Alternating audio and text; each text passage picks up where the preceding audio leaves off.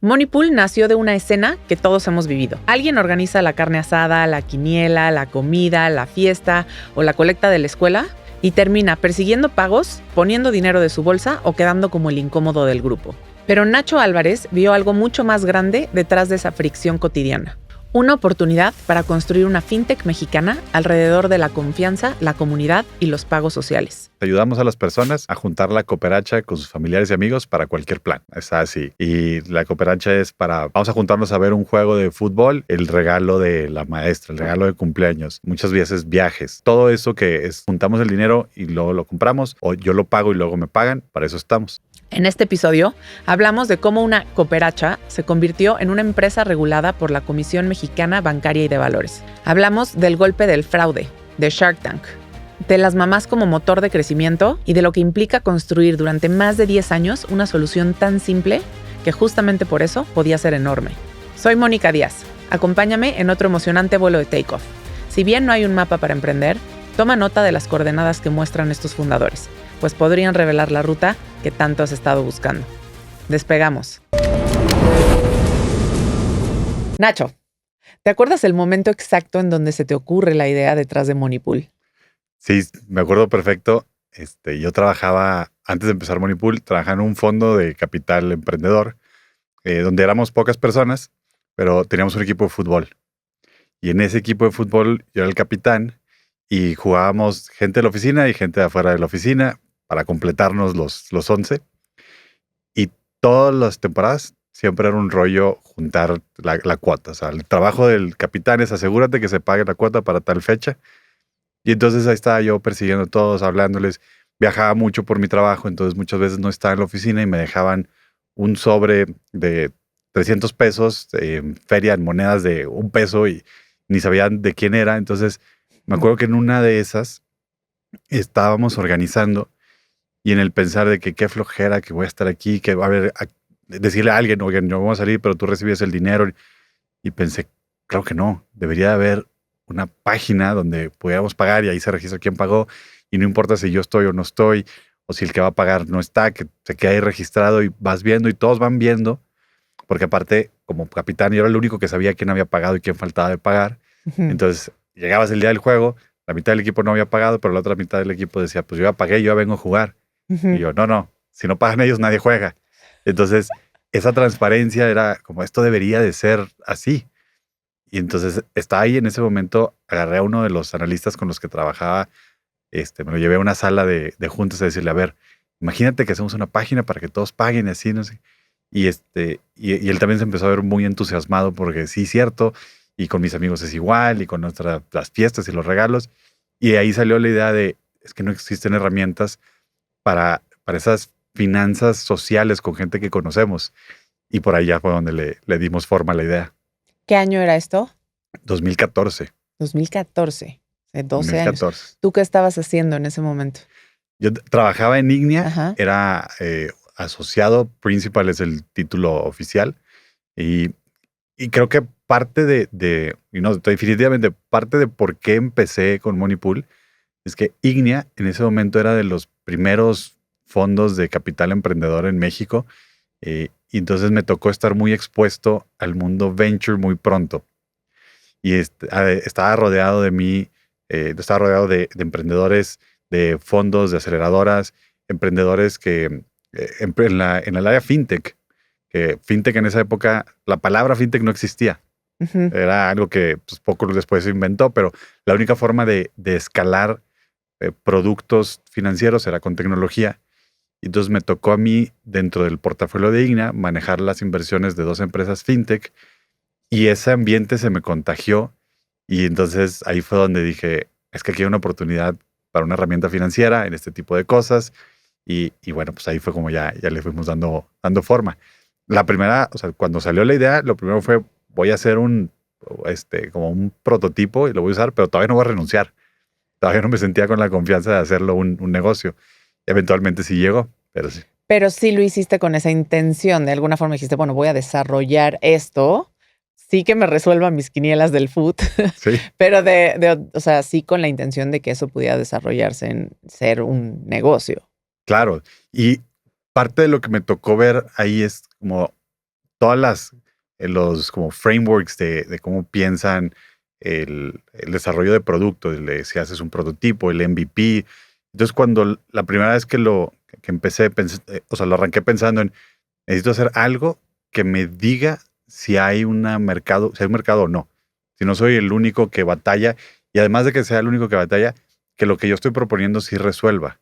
Ujú. Porque muchas veces puedes construir algo con una buena intención, pero no conecta y no se usa y pues no funciona. Acá lo que pasó es que la idea fue como principios de 2014. Ujú. Y lo que tiene 2014 muy particular, que no sucede tan seguido, es que hay mundial. Entonces las quinelas de mis amigos en esa época hacíamos una quinela muy grande, juntábamos patrocinadores y todo lo que se juntaba era para donar y era una quinela grande y llego yo a decirles, oigan, vamos a usar esta herramienta para que paguen la quinela y entonces como que me dio, híjole, no, pero ¿por qué? ¿Cómo? Y yo sí, yo me encargo, si algo no sale bien, yo respondo. Fue una quinela de 400 personas. Wow. Pero esas personas se enteran que Monipool existe, para qué Ajá. lo pueden usar, y vimos que se fue como contagiando hacia otras quinelas, hacia las de la NFL, y esa fue la señal de, híjole, si hay una oportunidad aquí, si hay una necesidad. Y de ahí luego se conectó pues en las quinelas hay padres de familia, hay universitarios, entonces empezamos a ver como varias hebras de por dónde podía ir el producto, y ya fue cuando nos convencimos.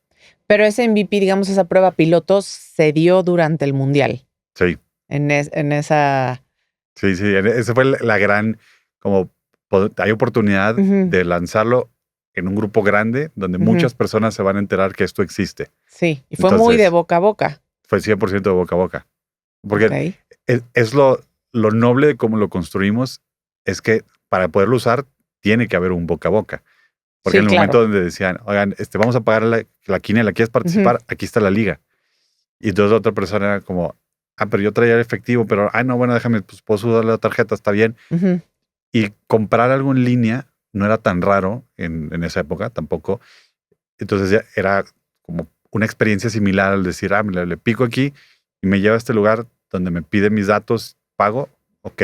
O sea, O sea, sí estaba la confianza de que la gente te diera los datos de su tarjeta. pues porque era un grupo Sí. pequeño y Ujú. conocidos, o sea, Ujú. aunque para ser una quinela era una quinela grande, pero somos un grupo de 14 amigos donde pues, cada quien traía 15 personas ya juntadas un montón y nomás era que 15 confiaran en esa persona. Ujú. Entonces tampoco, después sí nos topamos con el tema de cómo haces que alguien que no tiene idea quién eres confíe en ti. Exacto. Y ahorita vamos para allá.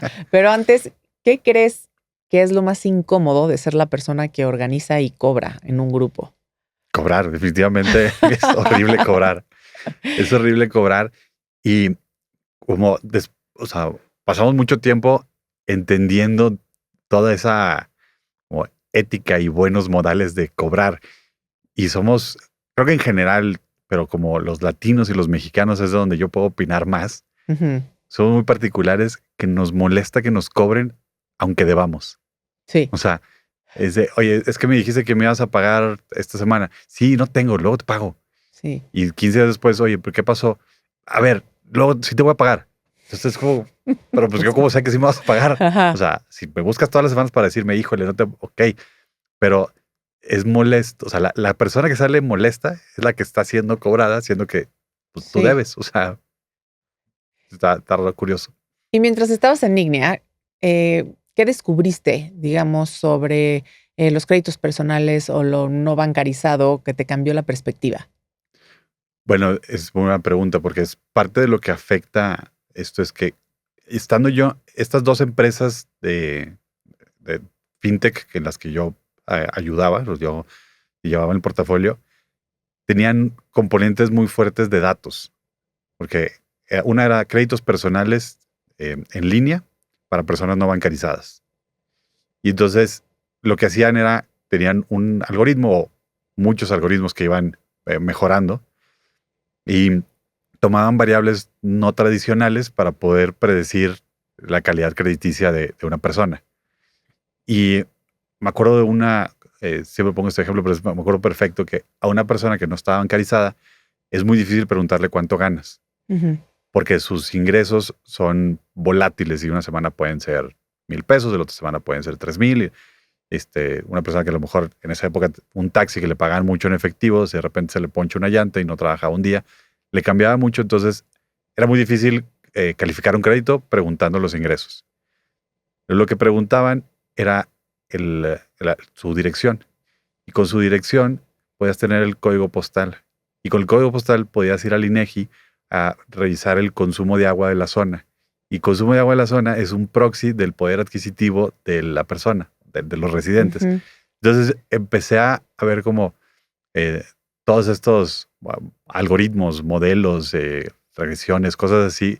Y dije, está increíble. Imagínate toda la información que existe, que nadie está cruzando. Y en específico, con lo que hacía con mis amigos, decía es que nadie sabe con quién juego fútbol, qué tan frecuente, si mi liga cuesta 100 pesos o cuesta 10,000 pesos, si cambio los uniformes, si después de ahí nos vamos a la carne asada, porque Monterrey, todo eso. Y dije, si nosotros podemos solucionar y empezamos a formalizar esto, a entender el comportamiento, podemos hacer mejores productos y servicios financieros porque tienen contexto social y transaccional. Entonces, eso lo conocí estando en Ignia. Ujú. Y entendí el valor de eso, y entendí también la ruta de emprendimiento de levanta dinero, pruebas y ideas, vas a tener que ceder parte de tu empresa, pero te permite probar ideas más arriesgadas que los modelos tradicionales de emprender, que donde necesitas tener, o sea, el capital, y lo que te da es lo que traes en la bolsa, es lo que puedes comprar. Eh, entonces, como que al ir mezclando esas ideas, Ujú. salió un negocio como este es viable, que el día uno no te va a dar, que es de escala, que es de darle tiempo de madurar. Y eso fue lo que durante Ignia me hizo como darle mucha forma a lo que es hoy Monipool. Pero fíjate qué interesante la coyuntura entre tu experiencia profesional y la experiencia empírica de la vida, ¿no? Sí, Necesito la quiniela y luego la carne asada, y como que mezclar esas dos cosas, que hayas tenido esos insights desde los dos lados, creo que fue una traducción muy poderosa a lo que creaste en Moneypool en ese sentido. Cuéntame un poco de tu parte personal. O sea, estos 2014 tú estabas en Ignea, pero ¿cuál era? Porque es diferente emprender cuando estás tú solo viviendo en casa de tus papás a cuando ya tienes una familia, hijos, te estás arriesgando mucho. totalmente. Eh, ¿Dónde estabas tú? en esa época estaba soltero, tenía novia, que hoy es mi esposa, y me acuerdo que en 2014 que empiezo con la idea, ella y su grupo de amigas también eran parte de mis conejillos de indias, y se los presentaba y también les gustaba, y como cuando llega noviembre, me volteo con ella y le digo, ¿sabes qué? Quiero darle una oportunidad real a Monipool, voy a renunciar para dedicarme a esto. Y como que se pone entre nerviosa, pero te apoyo, pero pues luego tú y yo, ¿qué onda? Ujú. Pero yo también, como con toda característica del emprendedor optimista e ingenuo de, no, es que mira, vamos a ir estos años y vamos a levantar capital y dentro de 5 años va a haber Ujú. un éxito y vas a ver. Entonces ella me la compró, así como otros inversionistas y mis socios me la compró y dijo, va, no, pues qué padre. Y empezamos ya tiempo completo Monipool en 2015, y nos fuimos topando con un montón de cosas que no sabíamos, que no conocíamos, que fuimos resolviendo, eh, pero nos dimos cuenta de que es mucho más complicado que lo que decía el Excel, Sí, obviamente. po. Y aparte de haber estado del lado del inversionista, Ujú. cuando estaba en Ignia, que yo me sentaba con emprendedores y veía como que me faltaba la experiencia en piso. O sea, que Ujú. yo me sentaba con ellos a ver estrategia, a ver Excel, a ver proyecciones, modelos de rentabilidad de sus productos unitarios y todo. Pues todo bien bonito. Luego cuando llegabas al campo, algo se tronaba, y, y yo decía, pero ¿cómo? Si ya lo vimos acá, nomás es esto, llévatelo ya. Bueno, pues no. Sí, la operación es otra Y cosa. ya que estuve ahí, me casé en el 2018, y ahí todavía era, bueno, sí hay sacrificios o hay un estilo de vida que hay eh, em, que hacer empatar con el estilo del emprendedor que todavía está levantando capital y que está haciendo su negocio viable. Y, perdón, me casé en 2016. En 2018 tuve mi primera hija, Ujú. y en ese trayecto también empecé a notar como el caso de uso o el usuario más fuerte estaba en las escuelas. Porque me empezaba yo a meter a ese lado, mis amigos empezaban a tener hijos también y empezaba a entender, es que sí, tengo a mi hija en 2018, en 2020 viene pandemia, entonces como nos quedamos que, híjole, si la escuela es nuestro caso de uso y no hay escuelas y no hay universidades, y entonces, ¿dónde van a estar? Tengo un segundo hijo en 2020 y ya sí, ahí me empecé a estresar mucho. Si no salimos de pandemia, sí. ¿Qué va a pasar con esto? Y en el 2022, en verano de 2022 es cuando sale la vacuna para niños y todas las escuelas regresan al 100. Y en agosto de 2022 empezamos a ver cómo empieza a repuntar otra vez, acelerado. Entonces ya fue o sea, confirmadísimo ese product market fit, este es nuestro segmento. Ahorita, olvídate, es un segmento grande. En México hay 2 millones de padres de familia con hijos en escuelas primarias privadas. Entonces, nos vamos a ir primero por ese segmento, luego vemos qué más hacemos, darle full por ahí. Y fue creciendo mejor. Y ya, ahora después tuve un tercer hijo en 2023 y ya sí mis pendientes son diferentes a cuando lo empecé. Cuando lo empecé era, Claro. pues si me caigo no pasa nada, nadie depende de mí. Ahora sí ya las implicaciones son más fuertes. Sí, totalmente, porque empiezas, o sea, en 2015 ya empieza formalmente, tú te vas full time a Moneypool. ¿Cuánto tiempo tarda la empresa en ser rentable? Bueno, no, en ser rentable, mucho. Sí. De hecho, este año Pinta va a ser el primer año rentable todo el año. Hemos tenido meses más rentables que otros porque sí hay mucha estacionalidad, como vamos con el segmento. Entonces, por ejemplo, mayo todo es un mes de mucha actividad, pero julio es un mes muy bajo. Entonces hemos tenido esas subidas y bajadas. Pero me acuerdo que yo salí de Ignea cuando les digo a mis socios en ese momento, digo, a ver, vamos a meternos todos los 3 de tiempo completo y pues ahorita no hay capital. Yo era el que tenía más avanzada mi carrera profesional, entonces el costo de oportunidad era más grande para mí. Entonces levantamos poquito de una aceleradora, vamos a ponerle sueldo a ustedes. Y en mi caso, yo no voy a tener sueldo hasta que no levante dinero. Y si no levanto, tengo 6 meses. Entonces me puse muy claro que tenía que tener en 6 meses o levantar o ya se acababa. Y en el mes 5.5 levantamos el dinero y empezamos. Y entonces ya empecé yo a tener un sueldo y seguimos con la ruta de vamos a seguir levantando capital para resolver temas, para llevar a tener cierta escala. Y es lo que hoy, luego tuvimos pandemia, 2 años que no hubo crecimiento.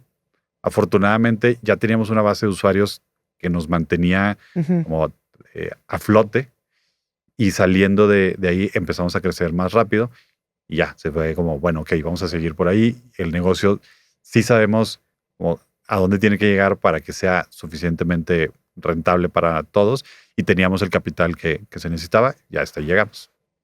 Y en esos primeros años decías que en 2015 arrancan o sea, full, digamos, y te das cuenta de muchas cosas que pues no necesariamente eran como las habías presentado o previsto en un Excel. ¿Cuáles fueron algunas de estas cosas que aprendieron en esos primeros años de operación? Híjoles, son bastantes.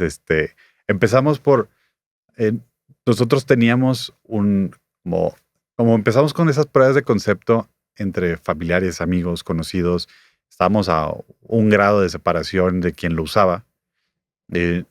Era muy seamless la experiencia donde te registrabas allá, ni siquiera te verificábamos el celular o el correo. Me acuerdo que en ese primer año hubo un día que pasamos de tener 20 transacciones un martes a tener 200 el miércoles. Entonces nos emocionamos de, mira, este es el punto de inflexión, aquí es donde se hacen los unicornios y vas a ver cómo vamos a hacer increíble. Y empezamos a revisar y nos dimos cuenta que eran cuentas fantasma, que eran correos que no existían. Era gente que México tiene un problema, todavía en esa época era mucho más fuerte, pero un problema para el e-commerce era que las transacciones en línea no eran tan seguras. Entonces, gente que se robaba tarjetas en cualquier lado podía ir a hacer compras en línea y era muy fácil que lo pudiera hacer. Entonces nosotros todos ingenuos lo dejábamos pasar sin ni siquiera verificar correos y nos dimos cuenta que llegó todo eso. Afortunadamente ahí no nos costó porque como el dinero entraba y luego nosotros teníamos que repartirlo, cuando empezamos a ver todo eso que no eran correos reales, cancelamos las transacciones y regresamos el dinero a las tarjetas y nada más dijimos, a ver, o sea, no podemos no verificar correos, verificar teléfonos. Entonces vamos a ir poniéndole algo de fricción.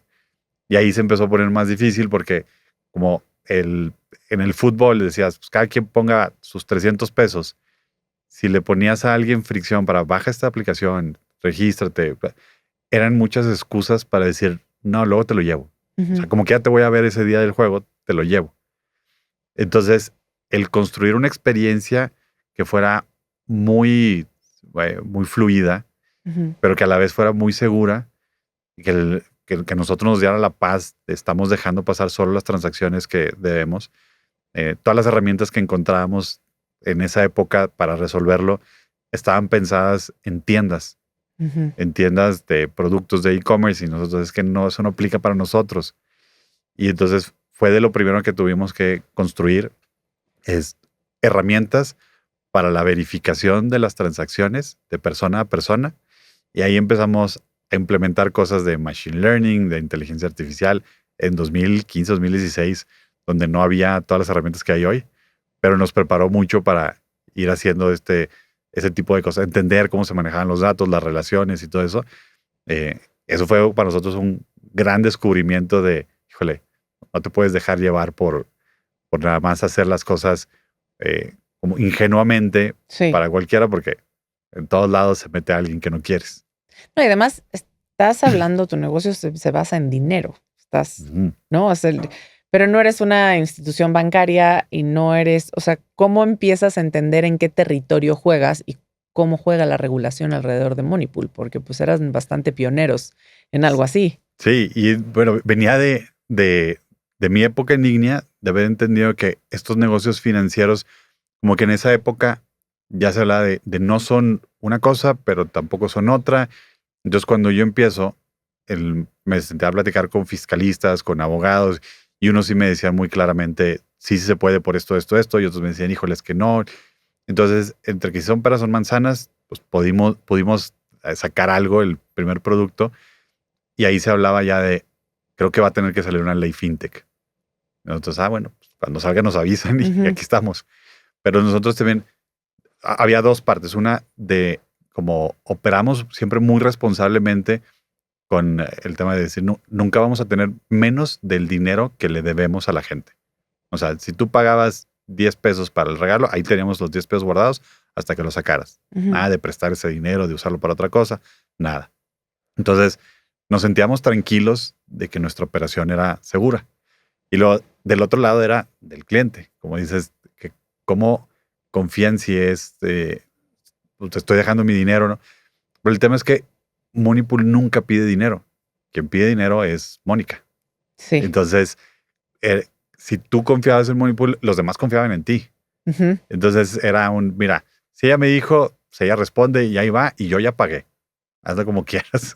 Claro que eso jugó a tu favor para ayudar a construir confianza. Claro. Ya una vez que sales ya del círculo cercano. ¿Cómo fue esa parte? Porque una cosa es la cooperacha para los amigos en Monterrey, que las 400 personas que a lo mejor se suben al Moneypool, digamos, eran conocidos de alguna forma, a pues ya irte a nivel nacional y trascender los use cases, digamos, que ya tenían que ver más con escuelas, con mamás, con universitarios, con otro tipo de dinámicas. ¿Cómo empiezan a darse a conocer en otros segmentos? Sí, es bien curioso porque sí es el mismo principio de la recomendación, porque por mucho tiempo empezamos a ver este tema de cómo se propaga y en qué segmentos, y entonces tratamos de hacer anuncios. Okay. Y el anuncio es bien difícil, porque si entra ese donde dice Moneypool, págale a tus amigos. Entonces, Moneypool me quiere convencer qué es esa empresa, de dónde salió, quién la trajo, todo eso. Entonces, como no teníamos un presupuesto para hacer una campaña súper abrumadora que te lo topas en cada tercer paso del aeropuerto, entonces dices, bueno, si es una empresa legítima. Ujú. Entonces dependíamos más que el producto diera una experiencia tan buena que lo recomendaran y ya la responsabilidad como nos la quitara un poquito. Entonces, en el ejemplo de las escuelas, lo vimos muy claro, donde una mamá vocal decía, aquí voy a juntar el dinero del regalo de la maestra, se van a subir 25 mamás del salón y resulta que una de esas mamás es mamá coordinadora, mamá vocal de otro salón, porque tiene otro hijo en otro grado. Ujú. Y entonces le pregunta a esa vocal, que, oye, ¿pero qué es esto de Moneypool? No, es que me lo usé aquí, mi esposo lo usó para el fútbol o no sé quién. Ay, ¿lo puedo usar? Sí, lo puedo usar acá. Y entonces se va contagiando muy fácil porque es el mismo grupo de personas y lo empiezan a Ujú. reconocer y lo empiezan a ver. Eh, pero entonces sí, lo bueno es muy eficiente. Lo malo es que si no tienes un gran presupuesto para hacerlo como totalmente permeado Ujú. alrededor, cuesta construir la confianza desde el lado de la empresa. Sí, a lo mejor tú solito no lo puedes detonar más rápido porque lo que yo también como emprendedora siempre digo es nadie quiere escuchar a la marca hablar de sí misma. Exacto. Necesito que alguien más me diga, pero tenías un producto tan poderoso que una vez que además ya tienes a 5 mamás arriba en Moneypool, la sexta a lo mejor no sabe, tiene que subirse y entonces ya una vez que la tienes una vez, ya están, o Sí, sea, ya como que la conversión o la penetración, digamos, en ese mercado se vuelve, o sea, no te abandonan, ya nunca. sí. Y como somos muy, desde el principio que empezamos con, vamos a tener buena higiene de datos, buena, todo cómo guardarlos, cómo relacionarlos, cómo todo eso, pudimos aislar las redes de las escuelas sin tener que pedir información, como que el mismo comportamiento y los nombres de pools y todo nos iban diciendo. Y tú puedes ver cómo empieza a entrar en un salón, dos salones, tres Ujú, salones, ujú. de repente todos. Porque si hay un momento donde ya si son más de X personas, todo el mundo se va a sumar y ya no, nadie puede llegar a decir, no, mejor vénganme a pagar a mi casa. No, Ujú. porque pues, es que quién va a ir. Y me acuerdo mucho hace tiempo con una mamá, ya que ya vi este segmento, yo iba a hablar buscando mamás coordinadoras, mamás vocales, y hubo una que ella no era vocal, pero me dijo, es que se lo quiero proponer a la vocal del salón.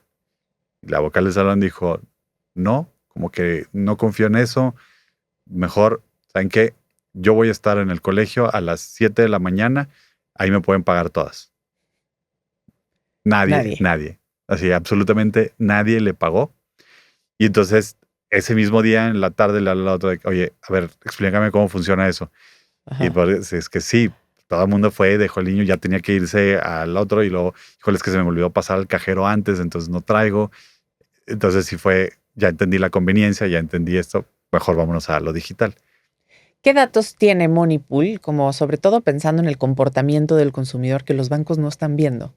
O sea, creo que tú tienes esta sensibilidad de entender mucho mejor quién es tu usuario, para qué te usa, en qué momentos, qué han entendido. Pues sí, es muy interesante ver todo ese, el, cómo la economía de los grupos y ver cómo cierto colegio dedica cierto presupuesto para el regalo. El otro colegio tiene más eventos de eh, field trips, excursiones, cosas así. Unos festejan todos, otros les gusta ser más ordenados y hacen un pool al principio y de aquí se va a salir todo. Eh, y entonces también empieza a ver como esas dinámicas de presupuesto que hay entre las comunidades del colegio. Eh, Está bien interesante todo ese eh, regalos que hay de Navidad o regalos el Día Sí, del sí. Maestro. Este, Sí, cosas que a lo mejor ni siquiera tú como fundador te has imaginado y la gente, ¿no? Los mismos grupos, la misma comunidad han empezado a crear casos de uso muy sí, distintos, ¿no? ¿sabes? Sí, uno de los que más como se salió de lo que yo esperaba, que más o menos lo habíamos visto, pero en el 2017 o en el 2019, uno de los terremotos que hubo aquí Ujú. en la Ciudad de México, em, empezó a haber muchos grupos, bueno, crowdfundings, que son una cosa completamente diferente a la nuestra, pero se hacían grupos, o sea, fondos grandes de ahí. Y lo que en Moneypool pasaba es que se hacían muchos chiquitos. O sea, eran grupos de 5 o 10 amigos que juntaban para comprar un generador y lo iban y lo entregaban. Y me acuerdo de un grupo que me llamó mucho la atención, que esta era como una chava que su preocupación era que los perritos no tenían botas para andar en los escombros o se les echaban a perder muy rápido. Entonces con su grupo de amigas hizo un pool para comprar botas para los perritos. Entonces ella juntó a 10, 15 amigas, ella fue, compró y fue, las entregó. Es como una granularidad de yo quiero que mi dinero se use para esto y lo puedo hacer. A diferencia de si lo das a la Sí. Cruz Roja, que no es que vaya a llegar a un lugar malo ni nada, nada más tienes menos control de hacia dónde va. Y con eso era llevarlo al detalle. En todas las posibilidades o los casos de uso que tiene Monipool, si tuvieras que hacer como un análisis de depurar, digamos, todas las transacciones que se usan en Monipool y meterlas en cubetas para el tipo de uso que se les da, ¿cómo se compone este pie? O sea, en tamaño y en tipo, por ejemplo, quinielas de fútbol, escuelas, universitarios o cosas más aisladas. O sea, me entiendo que por ahí van los principales ejes. Sí. Y sabes que los casos de uso se parecen mucho entre los diferentes segmentos, nada más como terminan siendo diferente aterrizados, porque entre universitarios y mamás, el caso de uso más común y son fiestas y reuniones.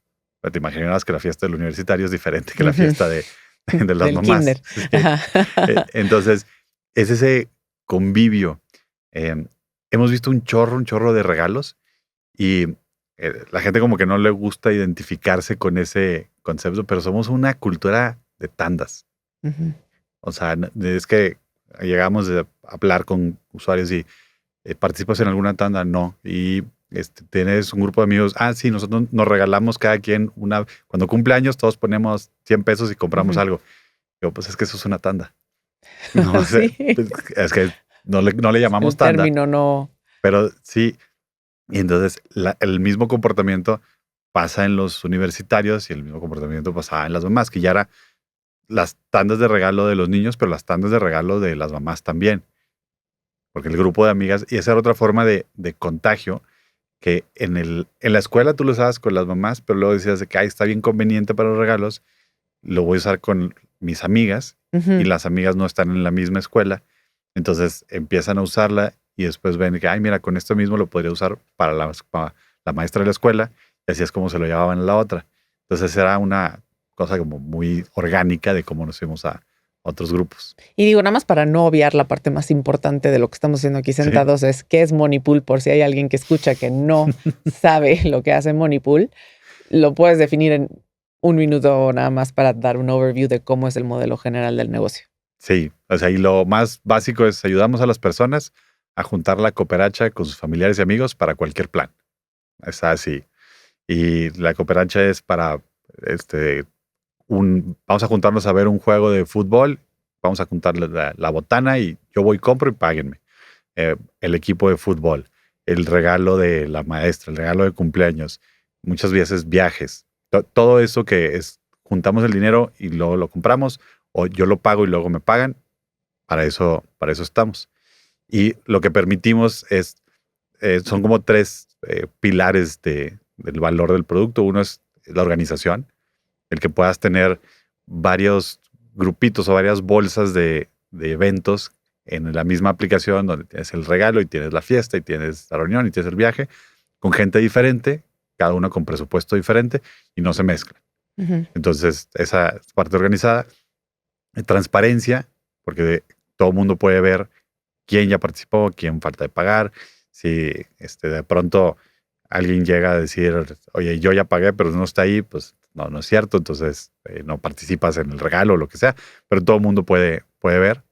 Eh, y la otra es que es una plataforma de diferentes métodos de pago, entonces si a ti te gusta pagar por transferencia, puedes hacer una transferencia, si te gusta pagar con tarjeta, puedes pagar con tarjeta, si te gusta, puedes guardar saldo y usar ese saldo, entonces como muy versátil, flexible en cómo puedes participar en esa cooperacha o en ese plan. Y el nombre Monipool, que es genial, ¿de dónde viene?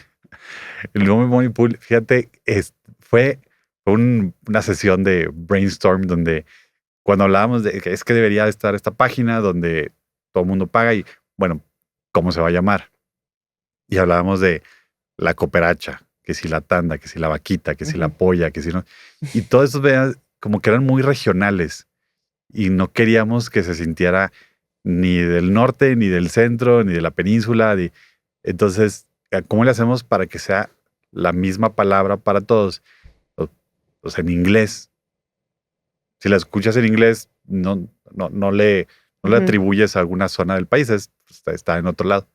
Entonces, en inglés, o sea, la palabra pool sí era como medio, es un anglicismo, pero sí era más usada de que, ay, mira, pues hacemos un pool y ahí pagamos la gasolina. Entonces, de ahí salió que, mira, pues si le hacemos money pool, en cualquier parte de la República se va a escuchar como significa lo mismo.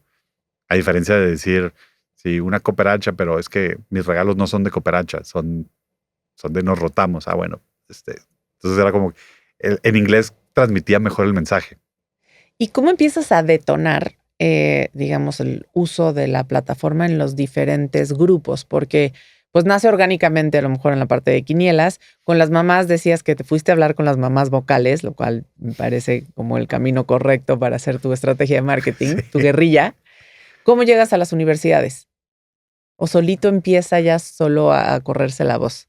No, sí, es que se empieza a correr la voz, pero sí empieza a haber más el de, pero ¿qué es eso? ¿Por qué le voy a poner mi tarjeta? ¿Y quién es? ¿Y de dónde viene?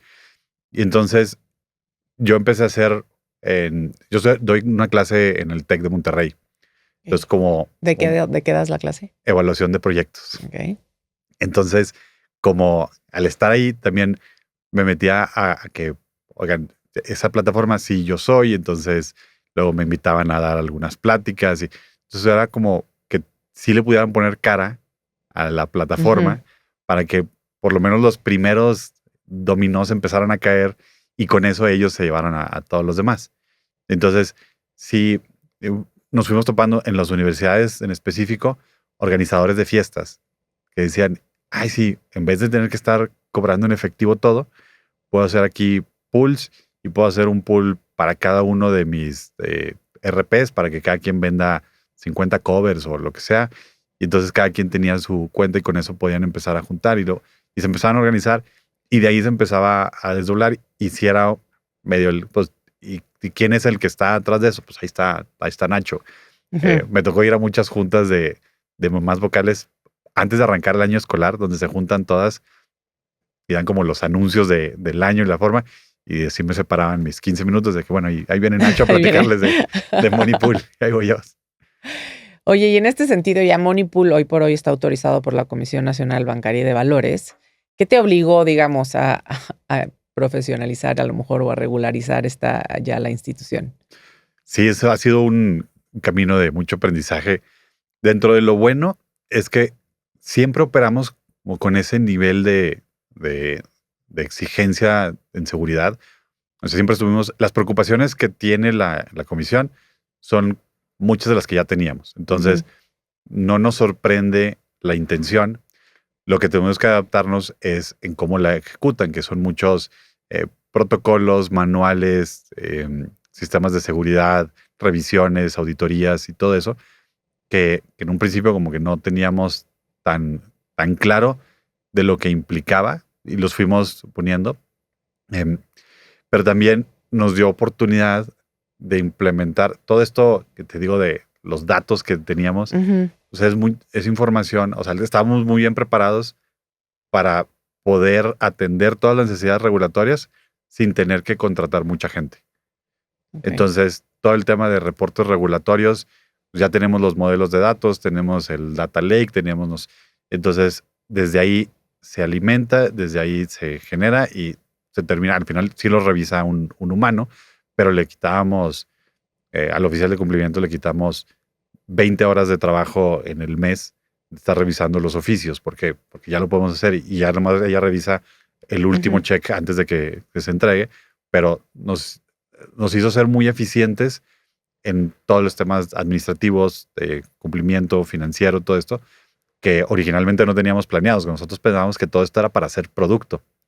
Y no, pues es para operar la empresa y ha sido, la verdad, muy bueno para nosotros. ¿Cuál ha sido el reto como en este sentido más grande que han tenido? ¿O el error más costoso que han cometido? El error más costoso, em, creo que el error más, esto es en general de Ujú, Monipool, el error más costoso es que al principio, con ese, ah, viviendo el problema que quiero arreglar es el que da pena cobrar, ujú, me da pena cobrar por Monipool. O sea, por usarlo, porque decía, es que todavía no está listo. O sea, saqué una versión beta, es un prototipo, no es la versión final, vamos a ponerla para que la conozcan. Entonces, siempre que se los presentaba a una mamá vocal, un capitán de fútbol, a un comisionado de ligas de fans, a cualquiera le decía, es gratis, y es gratis, y es gratis, es gratis. Y pasaron 2 años y medio sin que cobráramos. Y llegó un momento donde no alcanzamos, no estábamos alcanzando a levantar el capital antes de que se nos fuera a acabar el dinero porque no cobrábamos. Y entonces todavía sentíamos que le falta mucho al producto. Entonces todavía no hay que cobrar porque cómo vas a ujú. cobrar por algo incompleto. Sí. Y y entonces nos perdimos, entre que nos perdimos 2 años y medio de ingresos y nos perdimos 2 años y medio de confirmar quién valora tanto Moneypool que está dispuesto a pagar por él. Ujú, Y entonces pasó el que veníamos creciendo súper bien, lo empezamos a cobrar y no dejamos de crecer, pero sí empezamos a ver como otro tipo de feedback, como la exigencia, ahora sí, quién era el que decía que sí, que no, y empezamos a construir un producto para una audiencia más específica. ujú. Antes que decir, pues gratis, lo único que te mostrábamos es que a la gente le gusta lo gratis, pues Pues sí, sí, o sea, pues sí. a mí también. Entonces creo que ese ha sido el error más costoso que lo puedo monetizar, porque digo, tantas transacciones que tuvimos que pagamos y no se las cobramos a nadie. Me imagino que en una plataforma tecnológica es mucho más fácil testear em, nuevos productos y, como dicen, equivocarte rápido y barato versus una marca que vende a lo mejor algún producto físico. ¿Me equivoco o si es así? O sea, Mm, sí. Tienes toda la razón, pero luego viene otro set de problemas que creo que los dos los tienen, pero el set de problemas es muy fácil mandar un experimento y somos muy disciplinados, mi socio y yo, los dos somos ingenieros químicos y entonces el método científico y todo esto lo traíamos muy en nuestra forma de ser. Ujú, Entonces era muy fácil pensar en experimentos, pero después atribuirle el resultado del experimento a X o Y es bien difícil, porque ya. oye, es que funcionó, sí, pero es que sabes que no lo vio el segmento que debió haberlo visto. Ujú, No, es que fue sí, sí. porque no estuvo suficiente tiempo. Entonces, luego nos pasábamos discutiendo muchísimo en las razones de por qué falló y si deberíamos de volverlo a intentar con una variación diferente Ujú, o si ya tirábamos eso y nos íbamos a lo otro. Em, y él, como que de agarrar ese feeling cuesta sí. mucho. Y luego depende, si hay muchas variables como externas o coyunturales o de, pues esto fue por el pico de o porque hubo mundial, pero a lo mejor no, como que te disfrazan mucho el resultado. Ese es un Sí, buen punto. totalmente. Y más adelante deciden ir a Shark Tank. Cuéntame un poco sobre esa experiencia que ganaron y que aprendieron. Estuvo muy padre la experiencia. Em, pues lo primero era, ya teníamos algo de camino recorrido. Entonces no éramos una startup que iba en vacío. Entonces decíamos, tenemos un pitch muy claro de quién es nuestro cliente, dónde está, para qué nos usa. Y entonces veíamos uno que nos iba a poner enfrente de 5 personas que podían ser muy buenos inversionistas. Ujú, Y otro es que nos iba a dar una exposición eh, a nivel nacional y el no teníamos presupuesto para pagar anuncios en televisión y cuando hemos hecho esos anuncios, eso de ujú, que la marca te hable de sí misma, pues no nos había funcionado. Entonces veíamos en Shark Tank como ese doble beneficio. ujú. Em, Fue una experiencia padre. Y para mí en particular, o sea, como que lo que me llamó la atención de toda la dinámica es yo estoy muy acostumbrado a pichar y ya había levantado capital y me ha tocado estar muchas veces, pero siempre pichando como con un inversionista que toda la audiencia está como defendiendo la misma tesis de inversión. Ujú. Acá tienes 5, que cada uno tiene su tesis de inversión diferente.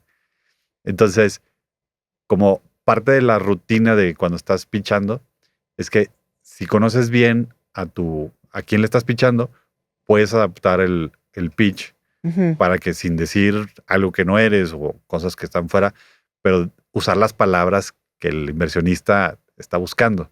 O Ujú. sea, a lo mejor a uno se fija más en el engagement y otro se busca más en el crecimiento. Entonces puedes adaptar. Ajá. Acá no, acá tiene que ser uno mismo para todos y vamos a ver a quién le interesa ese. Eh, y de lo que me gustó mucho es que haciendo ese pitch, de los 5, 3 ya eran usuarios de Moneypool. Entonces, en ese No, bueno, momento, cuando ya hubo interés. Ajá. lo terminé yo de decir pitch y empiezan a decir, yo lo he usado, yo lo he usado, yo lo he usado, me sentí también como muy tranquilo de, ok, ya saben de qué estoy hablando, Ajá. de que no estoy inventándoles nada aquí. Eh, y ya de ahí como que sí sentí que fluyó todo muy bien y afortunadamente tuvimos la oferta de Carla y sí cerramos. Ah, qué bueno. Sí, Sí, esas experiencias. Y es muy buen punto lo que dices de, pues, también es una plataforma de publicidad, ¿no? Para darte a conocer a nivel nacional, que de otra forma no tendrías sí. ese alcance. Y hablando de otros foros de inversionistas, ¿qué consejo le podrías dar a un emprendedor que quiere o está pensando en levantar capital? ¿Cómo, Sí. qué, Ah, qué le dirías? ¿Cómo tendrían que prepararse?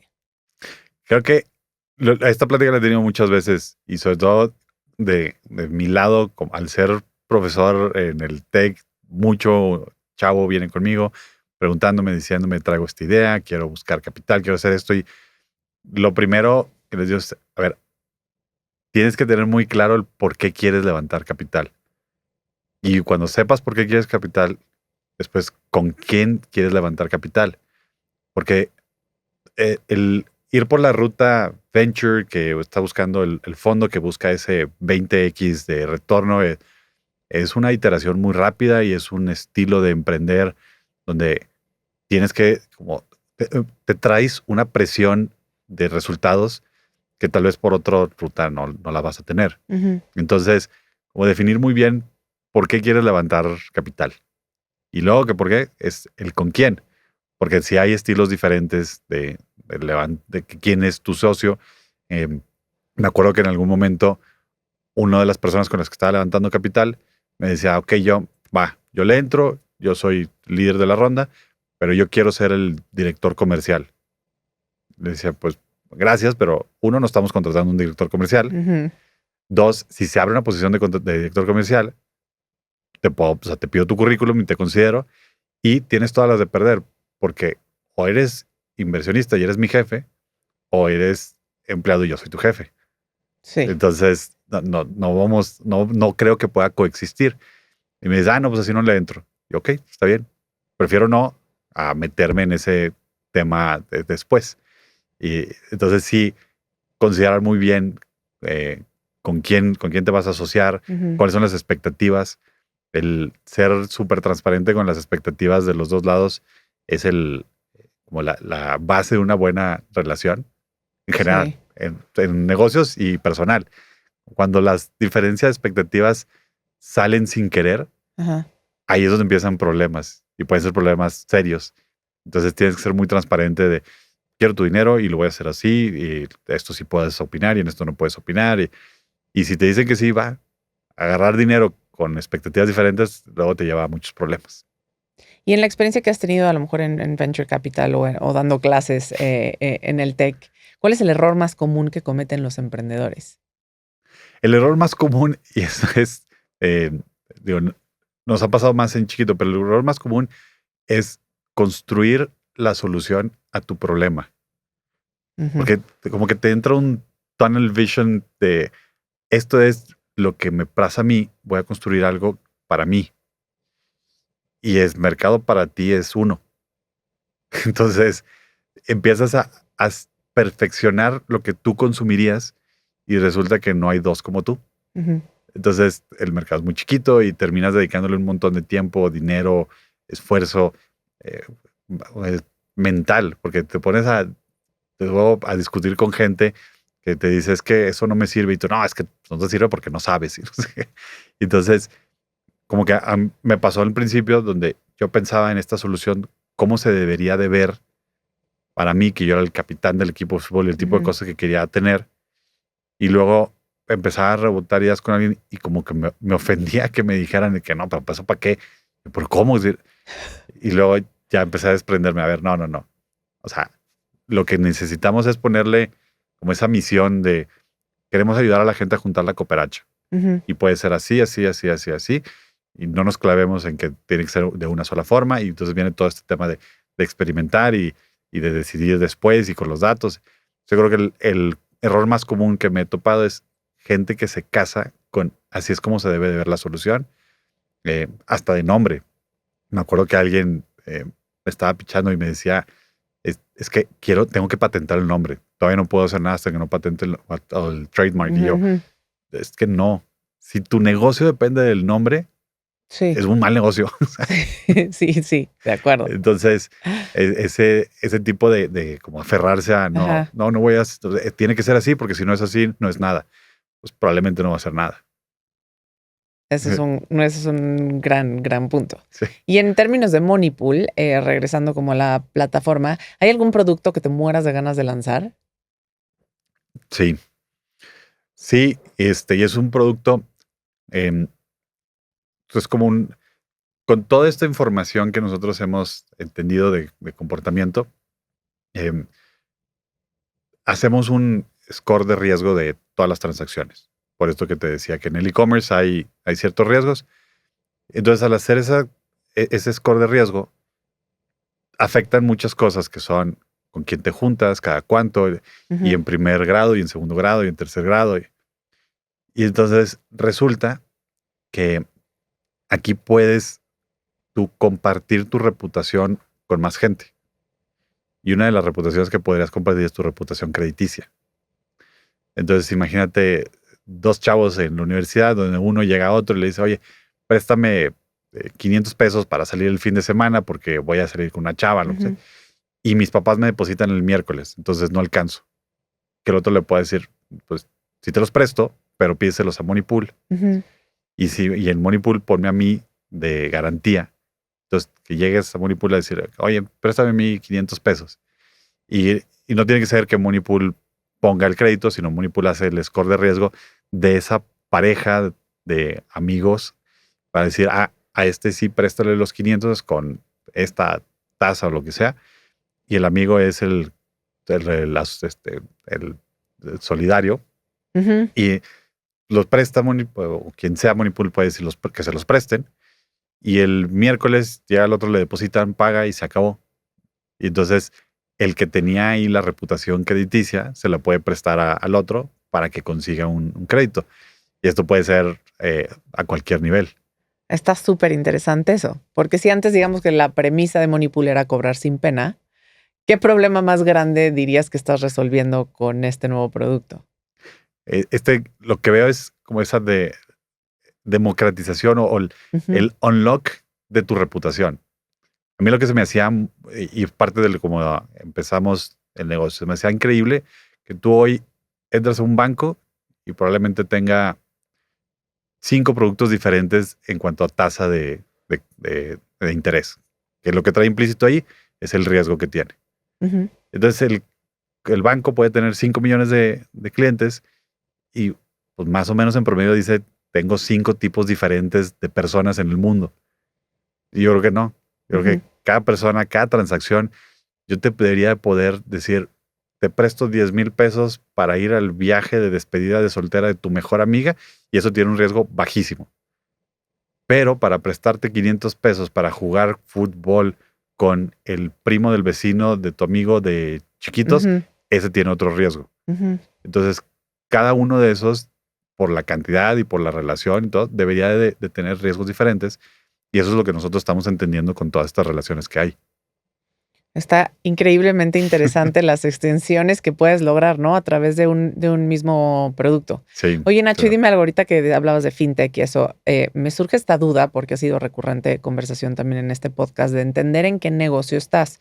Independientemente de que tú lo que tratas de resolver es cobrar sin pena, eres una plataforma de tecnología, eres una empresa de tecnología, que a lo mejor tú ese brazo no lo tenías. ¿Cómo? Y muchas empresas creo que quiebran incluso con una buena idea o con un buen producto porque se dan cuenta tarde que la empresa es de tecnología y no de finanzas en este sentido, o no de Sí. marketing, o no de... ¿Cómo resolviste tú esa parte? ¿Tienes un socio estratégico que entienda como esta parte de business intelligence, business technology? ¿O cómo entendiste temprano y a tiempo que eras una empresa de tecnología? Sí, es muy buena pregunta, porque desde el principio, como por de donde yo venía, de haber visto estas empresas, decía, es que el componente de tecnología es la base. Tienes que tener un buen entendimiento de tecnología para dar una buena experiencia. Incluso el tema del negocio de los datos y de la información era el secundario. De si no haces el primero de tecnología, el otro no va a ser, no va a existir. Ujú. Entonces, reconocí muy pronto que desde un principio era yo no sé de eso, necesito un socio. Incluso antes de dejar Ignea, conseguí al que hoy es mi socio CTO de Moneypool.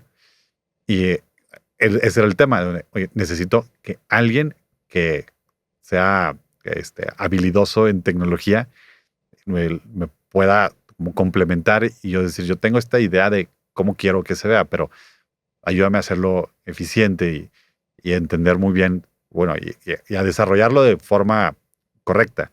Y mi socio, una de las grandes virtudes que tiene es que él también es ingeniero químico, pero en la universidad le empezó a programar por Ujú. gusto. Entonces, la tendencia que yo he visto en general es que las personas que se dedican a algo que no estudiaron es porque realmente le tienen una pasión y un gusto.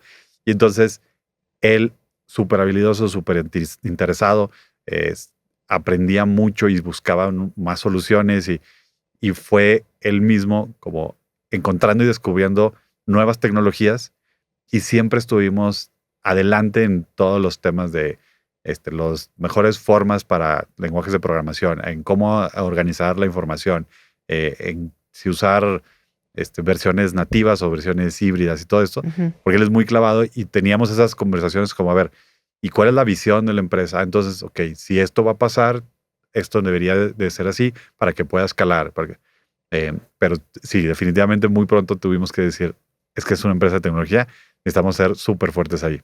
Sin duda. Y por último, Nacho, si pudieras mandarle una nota de voz al Nacho de 2015 que estaba empezando con Moneypool, 30 segundos, ¿qué le dirías? Cobra, primero, primero que nada. Creo que es, o sea, tomaría más riesgos y tarearía más rápido, porque sí hicimos muchas iteraciones, pero lo que te digo que nos pasó mucho tiempo de el entender o lograr dejar decir de por qué falló o por qué funcionó el experimento. Seamos muy buenos para sacar experimentos. Teníamos un backlog de 100 Ujú. experimentos. Pero luego veían los resultados y ya, ¿y esto qué significa? Y creo que lo más valioso no venía de estar analizando cada respuesta, sino de estarle siguiendo, dando vueltas, porque tener ideas de experimentos no era tan difícil.